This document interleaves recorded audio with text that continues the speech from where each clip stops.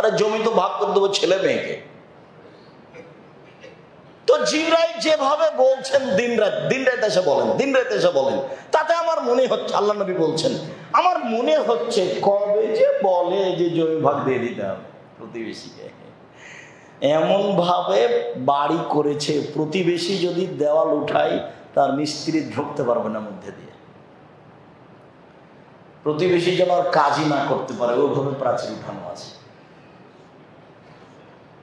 এখন এইটুকু তো আমি ওই যে দেখছি আপনার ইয়েতে হাঁটাবো রূপগঞ্জে, সবাই রাস্তার উপরে বাড়ি করেছে, প্রাচীর দিয়েছে, আর প্রাচীরের বাইরে গাছ লাগিয়েছে। প্রাচীরে তো তুমি রাস্তার উপরে দিয়েছো, তো তার বাইরে গাছ লাগায় না কি করে? আমি অনেকদিনই বলি 24 ঘন্টার মধ্যে সব গাছ কেটে ফেলে দিতে হবে এবং প্রাচীর ভেঙে দিতে হবে।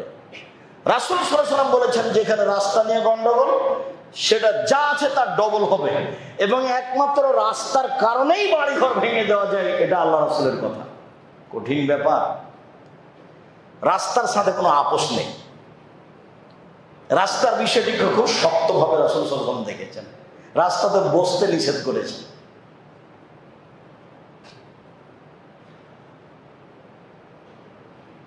আবু হুরায়রা রাদিয়াল্লাহু তাআলা আনহু বলেন, রাসূল সাল্লাল্লাহু আলাইহি সাল্লাম বলেছেন, ইয়া মাশারান নিসায়ে লা তাহকারান্না জারাতুন লিজারাতিহা।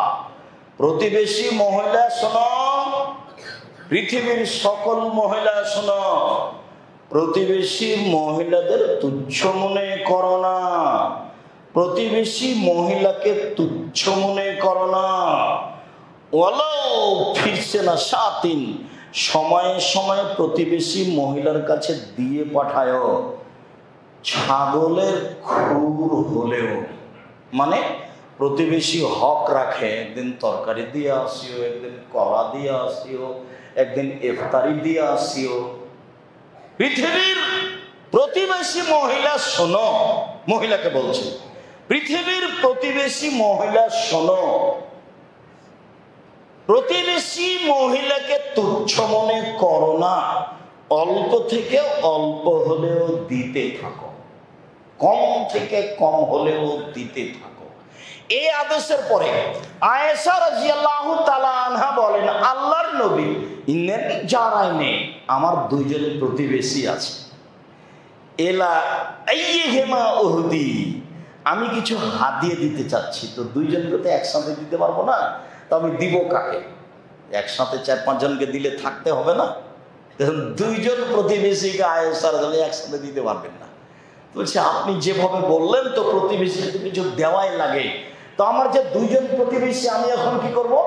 তখন আল্লাহ রাসূল বলছেন, এলা আকরাবে হেমা মিনকে বাবান, দুইজনের মধ্যে যার বাড়ির দরজা তোমার কাছে তাকে আগে দাও, যার বাড়ির দরজা তোমার বাড়ির কাছে তাকে আগে দাও, তারপরের টাকা আর একদিন দিও। কথা মনে হয় বুঝাতে পারি না। যখন সারা পৃথিবীর মহিলাকে বললেন প্রতিবেশী মহিলাকে তুচ্ছ মনে করো না, কম থেকে কম হলেও দিও, আয়েশা রাদিয়াল্লাহু আনহা বলছেন আমার দুইজন প্রতিবেশী আছে, তা আমি তো কিছু দিতে চাচ্ছি, কাকে দিব? আল্লাহ রাসূল বললেন না যে দুইজন কি দাও, বললেন যে তোমার দরজা বাড়ি থেকে যার দরজা কাছে তাকে দাও।